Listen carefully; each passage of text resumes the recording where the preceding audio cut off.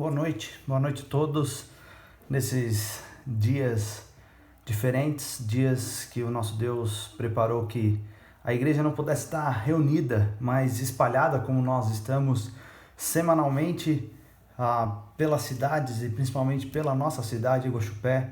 Nós estamos vivenciando esse momento e, claro, querendo saber o que o nosso Deus tem para nós nesse tempo.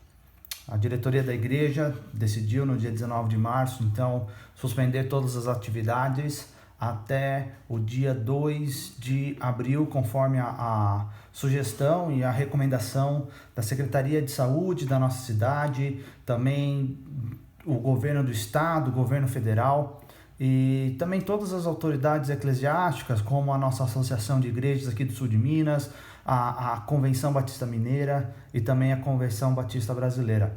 Nós, como diretoria, pensamos e vimos que era realmente o momento da gente fazer isso, suspender temporariamente todos os nossos encontros presenciais, mas ainda temos total liberdade e temos total acesso ao telefone, à internet, ao WhatsApp, a tantas formas criativas que, de acordo com a sabedoria que o nosso Deus deu, a gente pode usar e pode usar dessas ferramentas hoje em dia.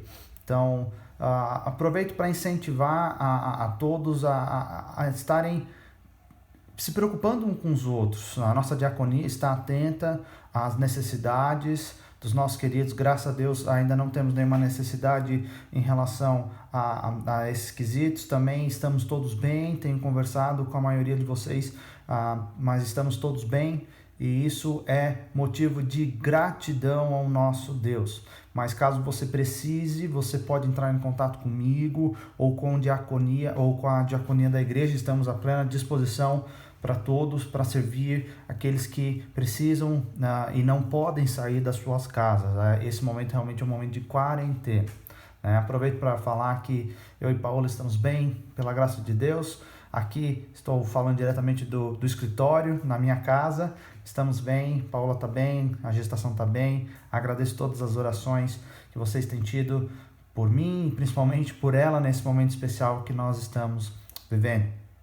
Tenho pensado bastante nesses 2 domingos que já corta o coração, hoje de manhã não poder estar junto na escola bíblica dominical, algo que eu gosto muito, mas principalmente o culto à noite e conversando com alguns de vocês falaram a mesma coisa, que gostam de estar juntos e adorando esse momento esse momento único da nossa semana, onde nós somos igreja reunida, onde nós estamos todos juntos, com o propósito de louvar, de adorar e engrandecer ao nosso Deus. Então, estou fazendo esses vídeos. Nossa intenção é percorrer esses 13 primeiros capítulos que nós estamos vendo na nossa série de mensagens sobre caminhar para a maturidade. Nós estamos expondo a primeira carta, a primeira epístola do apóstolo Paulo aos Coríntios. E eu gostaria de relembrar, esse momento também é de relembrar, e eu gostaria de relembrar aí juntos o que nós estamos vendo desde junho do ano passado, desde junho de 2019, e o que Deus tem falado ao nosso coração por meio da sua palavra, que é viva e eficaz. Então, vamos nessa jornada retomar algumas coisas que ficaram para trás, e nós vamos caminhando aí, talvez numa série de vídeos, para que a gente possa refrescar. E algo que a gente tem aprendido é que muitas vezes o método didático do nosso Deus é a repetição, onde a gente pode relembrar aquilo, trazer à memória, igual os nossos 2 memoriais, a ceia do Senhor e o batismo, e nós podemos nesse tempo firmar, tomar decisões ancoradas na palavra de Deus. Então, gostaria que você me acompanhasse mais uma vez e você aí, pega a sua Bíblia, abra comigo ali em 1 Coríntios, eu estou com a minha aqui aberta e nós vamos lá mais uma vez caminhar e aprender da palavra de Deus. O que nós temos a aprender com essa igreja, com o apóstolo Paulo e principalmente com o nosso Deus, que é o dono da igreja. Nós caminhamos bastante em relação a entender qual era o tempo, qual era o leitor original, qual era o contexto de toda essa carta, e isso faz muita diferença para nós entendermos certas situações bem específicas da igreja ali de Corinto. Historicamente, a gente sabe que a igreja, a cidade de Corinto, na verdade, ela foi reconstruída perto do ano 46 a.C. e se tornou um grande entreposto comercial do Império Romano. Foi por ordem de Júlio César que eles reconstruíram a cidade, e isso foi muito importante pelo essa posição geográfica extremamente privilegiada que tinha a cidade de Corinto. Em primeiro lugar, numa ligação norte-sul, onde ligava a Grécia, era o local onde ali passava, era a entrada da península do Peloponeso, então o pessoal tinha que passar por Corinto. Ela ficava ao lado de Atenas, em torno de 70 a 80 quilômetros de Atenas, é uma distância relativamente perto, e ficava um pouquinho mais distante da cidade-estado de Esparta. São as duas cidades mais conhecidas ali da Grécia daquele tempo. Mas também ela era a ligação leste-oeste, oeste muito na figura da capital de Roma, a capital do Império, com o oeste, toda a questão do Oriente, todas as cargas e especiarias e mercadorias diferentes que vinham do Oriente.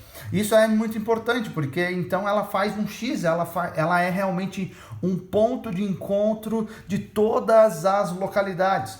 E eu cito aqui um trechinho de um historiador falando do que era possível encontrar naqueles tempos na cidade de Corinto. Bálsamo árabe, tâmaras da Fenícia, marfim da Líbia, tapetes da Babilônia, cabelo de cabra da Cilícia, lã de Licônio, escravos da Frígia. Então, Corinto recebeu o título, o nome popularmente de Ponte da Grécia. Era onde tudo se encontrava, era na cidade de Corinto. Do seu aspecto sociocultural, nós sabemos que ali tinha um grande templo dedicado a Apolo, e também, especialmente nessa cidade, um templo dedicado a Afrodite. E aí vários historiadores tentam descobrir como eram as relações, os relacionamentos daquela época, onde uma das maneiras de adoração, uma das maneiras de dar graça a Afrodite, essa deusa, era por meio da relação sexual, e principalmente pelas ali as sacerdotisas que faziam esse trabalho, esse serviço dessa maneira, e ofereciam seus corpos para trazer culto, gerar culto e adoração a Afrodite. Então, em torno, vários historiadores falam 500, chegam até perto de 1000 sacerdotisas ou até prostitutas cultuais, onde estavam à disposição dessas pessoas, desses comerciantes, desses navegadores. Então, era algo extremamente importante. Entendemos o contexto ali da cidade de Corinto.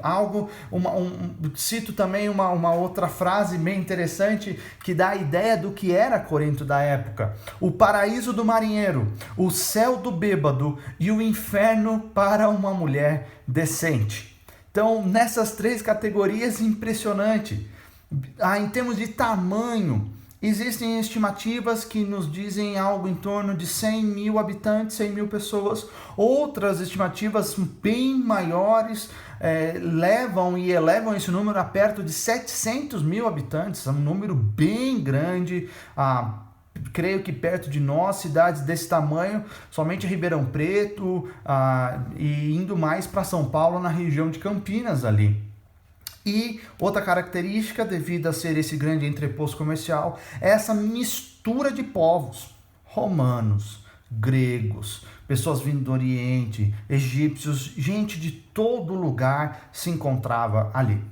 Falando agora especificamente da igreja, como foi a fundação e o desenrolar da igreja ali em Corinto. Nós temos por base a fundação perto do ano 51 depois de Cristo, pelo apóstolo Paulo, onde ele fica ali em torno de 18 meses e vivendo junto com um casal de judeus, como era a sua estratégia de pregar na sinagoga. Esse casal de judeus, Áquila e Priscila. Nós também sabemos que ao desenvolver, ao crescer, ao discipular essa igreja ali em Corinto, Paulo encontra uma dificuldade muito grande, que é esse amor pela sabedoria dos homens e também com um grupo muito forte de judeus e judaizantes. O problema não é ser judeu, o problema é ser judaizante, o retorno a essa velha aliança por parte desses judeus agora cristãos.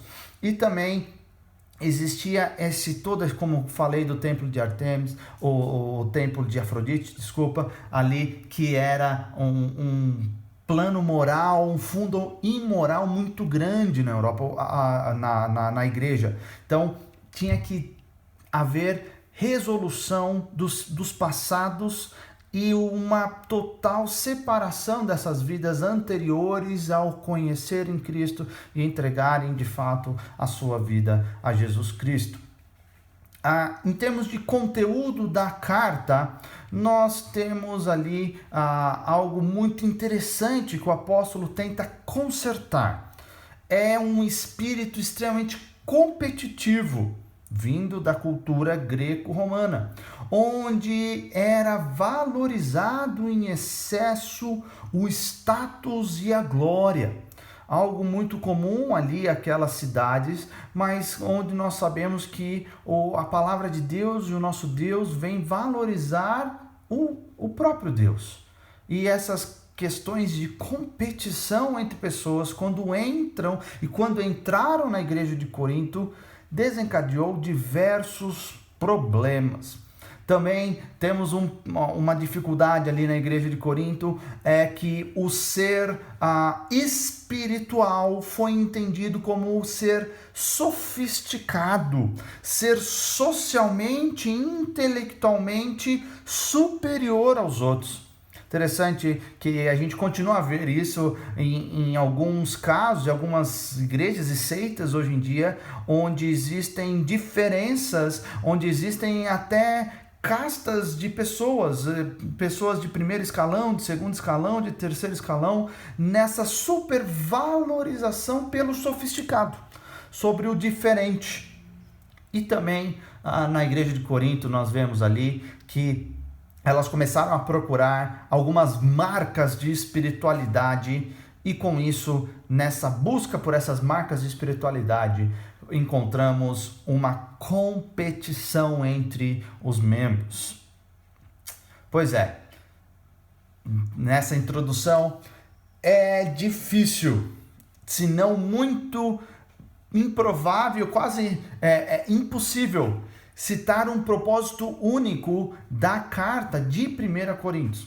Mas nós vemos, de modo geral, Paulo buscando e orientando aquele povo querido seu, onde ele discipula, onde ele primeiro evangeliza, depois ele discipula, depois ele institui líderes e funda aquela igreja, a serem sábios, a serem, na verdade, maduros em todas as questões concernentes à vida cristã.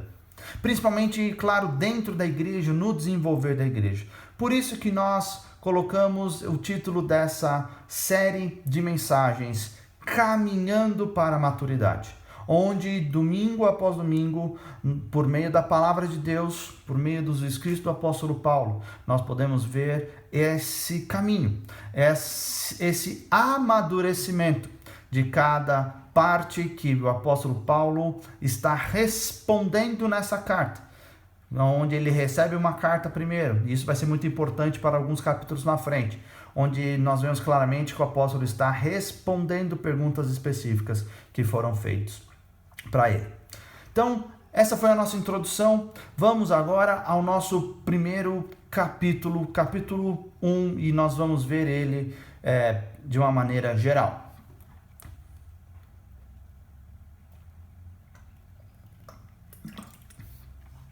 Começando pelos versículos de 1 a 9, nós podemos chamar esse título, esse pedaço aqui, sobre chamados para a santidade. O apóstolo Paulo, no início da sua carta, logo de cara, ele quer lembrar, ele quer mexer com a memória, a mente dos seus ouvintes originais, para que lembrem da sua alta posição, dessa posição exaltada, dessa posição santa que eles ganharam, que eles adquiriram em Cristo Jesus. Então nós vemos aqui 4 características da igreja de Deus. Dos versículos 1 a 3, nós vemos que a igreja de Deus, ela é separada pelo próprio Deus. Interessante no versículo 2, que fala que a igreja de Deus que está em Corinto, aos santificados em Cristo Jesus. Então toda igreja, ela tem 2 endereços. Ela tem um endereço geográfico, e aqui ele está falando a igreja de Deus que está em Corinto. Para nós, queridos membros, queridos amigos, é em Guaxupé, a nossa querida Guaxupé. Mas você que talvez que está vendo esse vídeo esteja em qualquer outro lugar com o advento da informação da internet. Esse é o primeiro endereço, é o endereço geográfico da igreja. Mas não é talvez esse que chame mais atenção. É o segundo endereço que toda igreja tem, que é o endereço espiritual. E ele continua: aos santificados em Cristo Jesus. Esse é o segundo endereço de qualquer igreja, qualquer instituição que deseja cumprir aquilo que Jesus Cristo nos deixou. Ele tem esse segundo endereço, esse endereço espiritual, que tem que ser única e exclusivamente em Cristo Jesus. E aí ele continua, fala, chamados para serem santos. E claramente, ao redor da palavra de Deus, mas nesse texto aqui, nós temos a clareza que santos sempre se referem aos vivos. Santos são por causa da posição que Deus nos deu, por causa da exaltação que Jesus Cristo conquistou por nós, e Paulo está falando para os vivos, os crentes, os membros da igreja de Corinto. Os santos são os vivos, não são os mortos. Mas dos versículos 4 a 6, o apóstolo vai falar também que a segunda característica da igreja é que nós fomos enriquecidos. E essa palavra aparece no versículo 5, pois nele vocês foram enriquecidos em tudo. Essa palavra no original, ela dá origem ao termo plutocrata. É mais ou menos assim, aquela pessoa influente, aquela pessoa que por causa da sua posição em relação ao seu dinheiro, ela tem muita influência. Então, nós fomos enriquecidos pela graça de Deus. O que nos torna diferentes, o que nos torna especiais, o que nos torna raros e com preciosidade é a graça de Deus. Ela que nos enriquece, ela que nos faz diferentes aos olhos do nosso Deus. No versículo 7, nós encontramos a terceira característica. Nós somos um povo que estamos esperando que o Senhor Jesus Cristo volte. Diz assim: vocês esperam que o nosso Senhor Jesus Cristo seja revelado. E todo cristão que espera, tem a esperança viva, tem o coração cheio dessa esperança, que Jesus Cristo vai voltar. Ele vive uma vida irrepreensível, porque ele entende que foi separado por Deus, ele entende que foi enriquecido por Deus, e agora ele espera a volta de Cristo. Por fim, os versículos 8 e 9, nós vemos que a quarta característica de Deus, a quarta característica da igreja, é que nós vivemos na dependência e na fidelidade do nosso próprio Deus. Ele os manterá firmes até o fim, de modo que vocês serão irrepreensíveis Nós temos o Espírito Santo dentro de nós. E nós temos a palavra de Deus, a revelação completa diante de nós. E hoje a gente é a geração que tem, talvez ela no celular, em quantas versões você quiser. Nós temos digital, nós podemos ter quantas Bíblias nós quisermos aqui. Eu tenho, só olhando aqui, eu tenho mais 1, 2, 3 outras versões. Nós temos o Espírito de Deus, a palavra de Deus, e ambos garantem que o nosso Deus é o que manterá a nossa salvação até o fim. Fiel é Deus, o qual os chamou à comunhão com seu Filho Jesus, nosso Senhor. Então, nesses primeiros 9 versículos, nós podemos aprender que nós fomos eleitos, nós fomos enriquecidos, nós somos confirmados, somos santos, somos separados para a glória de Deus. Fomos chamados para a santidade. Santidade, no conceito bíblico, claramente é você separado de algo para algo. Não somente ser separado, deixado, esquecido em algum lugar. Não. Separado por Deus para servir a Deus. Vamos agora aos versículos 10 até o versículo 25, onde essa segunda parte pode ser colocado o título de chamados para a comunhão.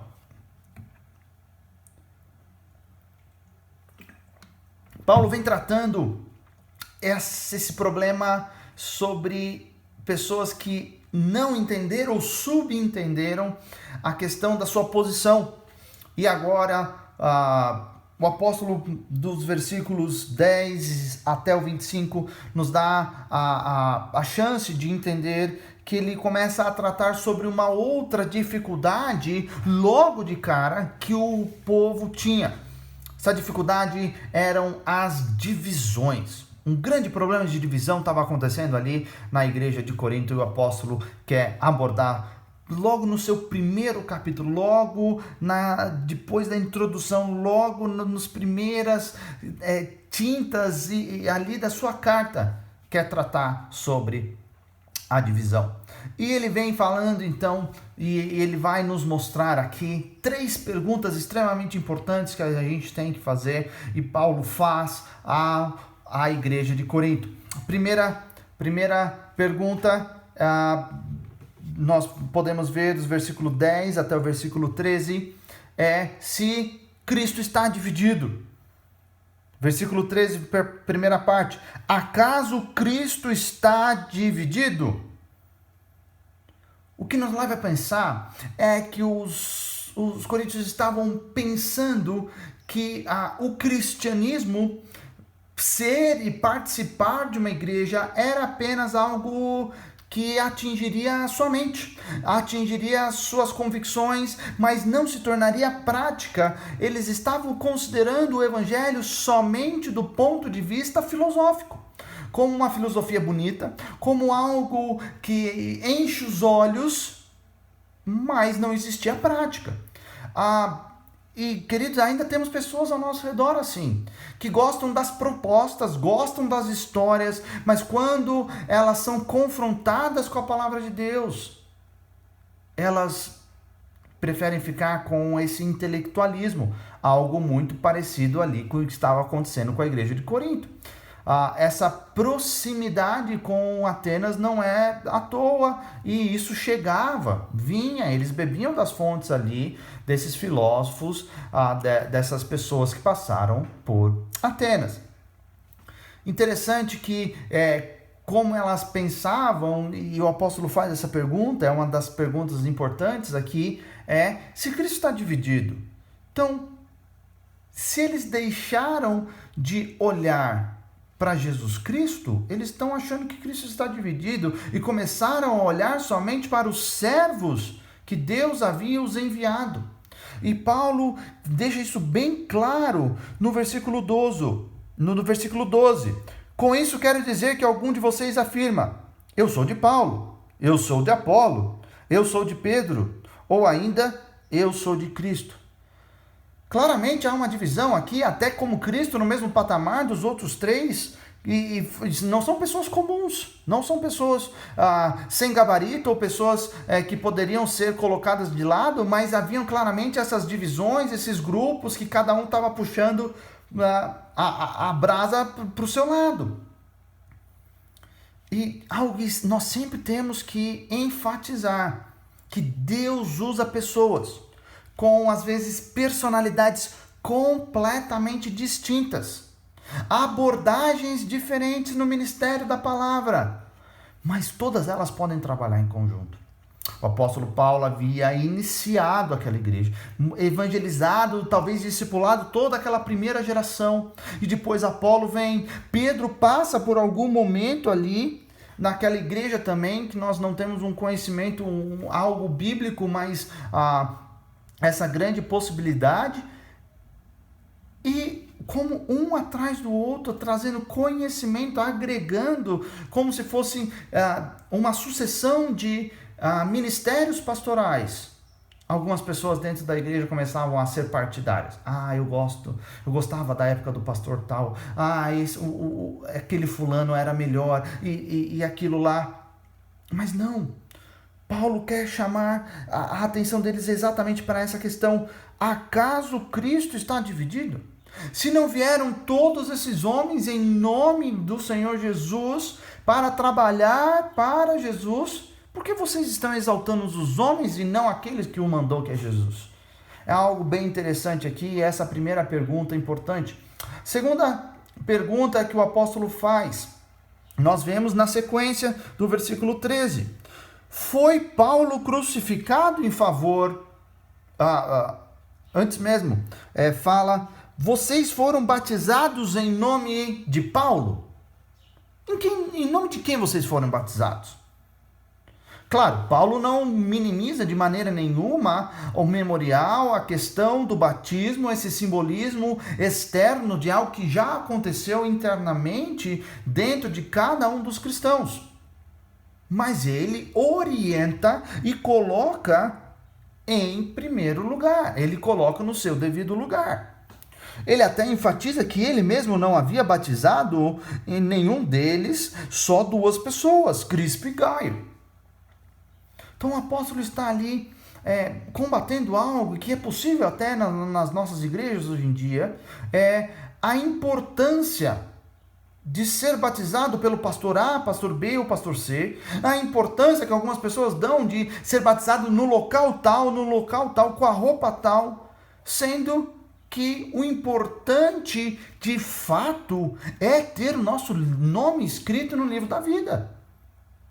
O batismo é um momento de extrema alegria, momento de identificação com Cristo e a sua igreja. Porém, fazer briga, pirraça muitas vezes, ou falar que um batismo é maior ou melhor que o outro... Não, isso não existe. Paulo está tendo que combater isso aqui com essa igreja ali já no 1º século. Vocês foram batizados em nome de Paulo? Não. Nós seguimos o que o Senhor Jesus nos deixou. Nós batizamos única e exclusivamente no nome do Pai, do Filho e do Espírito Santo. Não em nome de pessoas. Então, às vezes, um orgulho besta que nós temos por ter sido batizado por pastor fulano, pastor ciclano, é algo que nós temos que exaltar o Deus a quem essas pessoas serviam, e não eles em si. Por fim, a terceira parte fala sobre essa pergunta do meio, do versículo 13, o versículo central aqui para nós entendermos. Foi Paulo crucificado em favor de vocês? Quem foi crucificado? Por que vocês estão exaltando o meu nome? Ele que tinha evangelizado, discipulado, formado os líderes, iniciado aquela igreja. Eu fui crucificado? Quem que foi crucificado? Quem que morreu na cruz no lugar de vocês? E o apóstolo Paulo tem que fazer toda uma descrição e encontra diversos problemas dessa sessão que vai do 18 até o capítulo 25, até o versículo 25, onde o apóstolo tem que lembrar algumas coisas. Só que nós temos que ter claro que existiam diferenças, perspectivas sobre a cruz de Cristo. Versículo 23, primeira parte, fala que ela é escândalo, ela é tropeço para os judeus. Claro, os judeus de quase toda a sua linha ali, principalmente os fariseus, estavam esperando o Messias como um rei. Aquele Messias esperado deveria vir a reinar, a tirar eles dali do jugo do Império Romano, deveriam vir para realmente eles mandarem e serem um expoente daquela região. Porém, quando vem Jesus Cristo como servo, quando vem Jesus Cristo e morre na cruz, eles o rejeitam. Por isso que alguns tropeçam, a cruz é escândalo para os judeus, porque eles estavam esperando algo diferente, não conseguiram ver essa dupla vinda do Messias. O versículo continua, segunda parte do versículo 23 fala que ela é loucura para os gentios, loucura para os gregos de maneira geral. Essa mensagem, a mensagem da cruz, ela é loucura, porque ela não é filosófica. Ela é loucura, porque ela exige não somente uma aceitação, mas ela exige ação. Ela é uma loucura, porque na sabedoria do mundo da época, não era permitido encontrar Deus por meio da salvação, não poderiam experimentar a salvação. Porém, versículo 24 fala sobre alguns que, tanto judeus como gregos, ou seja, todos os povos, creem que a cruz, que podem experimentar que a cruz é sim o poder e a sabedoria de Deus. É o poder de Deus e a sabedoria de Deus. A chave não é o Cristo da manjedoura, a chave não é o Cristo do templo ou da praça pública, mas o Cristo da cruz. A crucificação é o que faz a história mudar completamente. Queridos, nós somos chamados a participar da comunhão por causa da nossa união com Jesus Cristo. Somente isso é o que nos traz comunhão. É algo em comum que nós temos, vem somente por causa da morte do nosso Senhor Jesus Cristo e o derramamento do Espírito Santo. Ele morreu por nós. Fomos batizados no nome de Jesus e nós somos identificados na cruz de Cristo.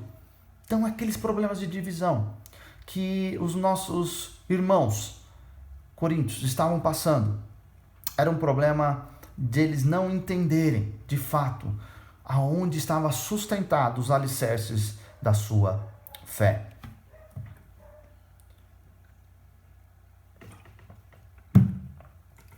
Para encerrar o capítulo 1,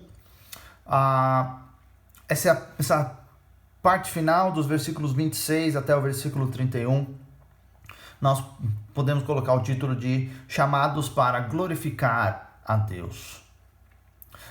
Interessante que o apóstolo vem tratando a questão de divisão, e nessa parte final ele fala exatamente que o evangelho de Jesus Cristo, ele não abre nenhum espaço para a vanglória pessoal, para o orgulho, por ostentar e mostrar os fatos que cada um faz em nome, como a serviço, como servos do nosso Deus. Então Paulo mostra ali 3 lembranças, 3 coisas que eles deveriam lembrar. E a primeira delas, no versículo 26, é a identidade deles. Eles não eram sábios, não eram poderosos e não eram nobres de nascimento. Paulo tem que relembrar quem eles eram, da onde vieram, para entender a identidade que eles ganharam em Jesus Cristo. Do versículos 27 ao versículos 29, eles falam do motivo, O que mudou? E aí Paulo também fala sobre outras coisas, que Deus escolheu as coisas loucas, as coisas fracas, as coisas insignificantes, as desprezadas e as que nada são. Para quê? Para que ninguém... versículo 29.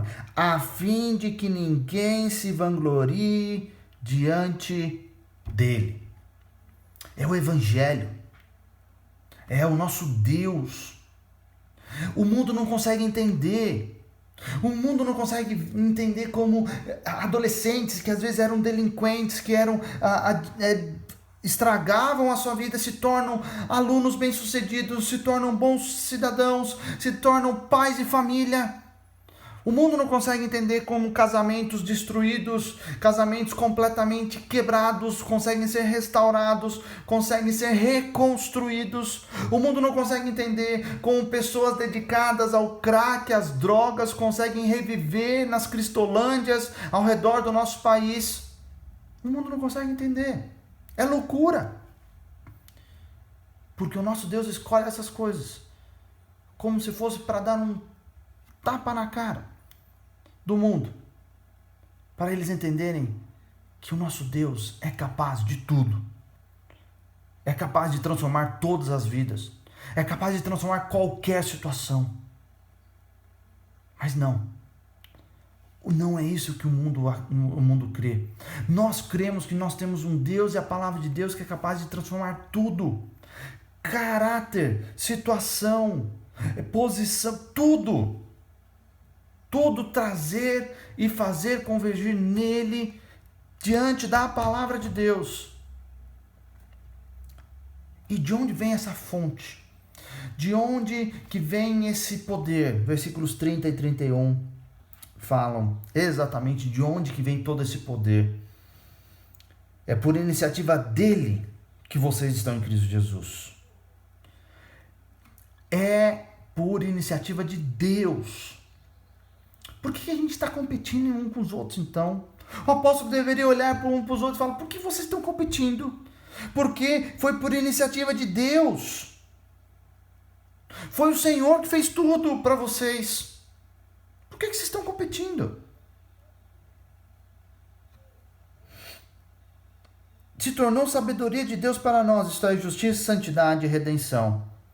As bênçãos espirituais que eu e você precisamos, nós encontramos somente e totalmente na pessoa de Jesus Cristo. Justiça, santidade, redenção. Claramente aqui nós vemos os 3 tempos da salvação. Fomos salvos do castigo do pecado, essa é a justiça. Nós estamos sendo salvos do poder do pecado, essa é a nossa santificação. E seremos salvos da presença do pecado. Essa é a nossa redenção. Por fim, versículo 31 fala, para que, como está escrito, quem se gloriar, gloria-se no Senhor. Devemos nos gloriar somente no Senhor, não em nós mesmos, não na nossa força, e muito menos nos nossos próprios líderes espirituais. É o nosso Deus que os chamou, é o nosso Deus que os capacitou, é o nosso Deus que vai continuar guiando a sua igreja pelos séculos dos séculos.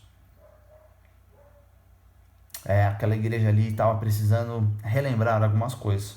Precisava relembrar de viver à altura do seu chamado, porque o padrão deles não era a palavra de Deus, o padrão deles era o padrão do mundo. Então eles preferiam viver o politicamente correto do que o biblicamente correto.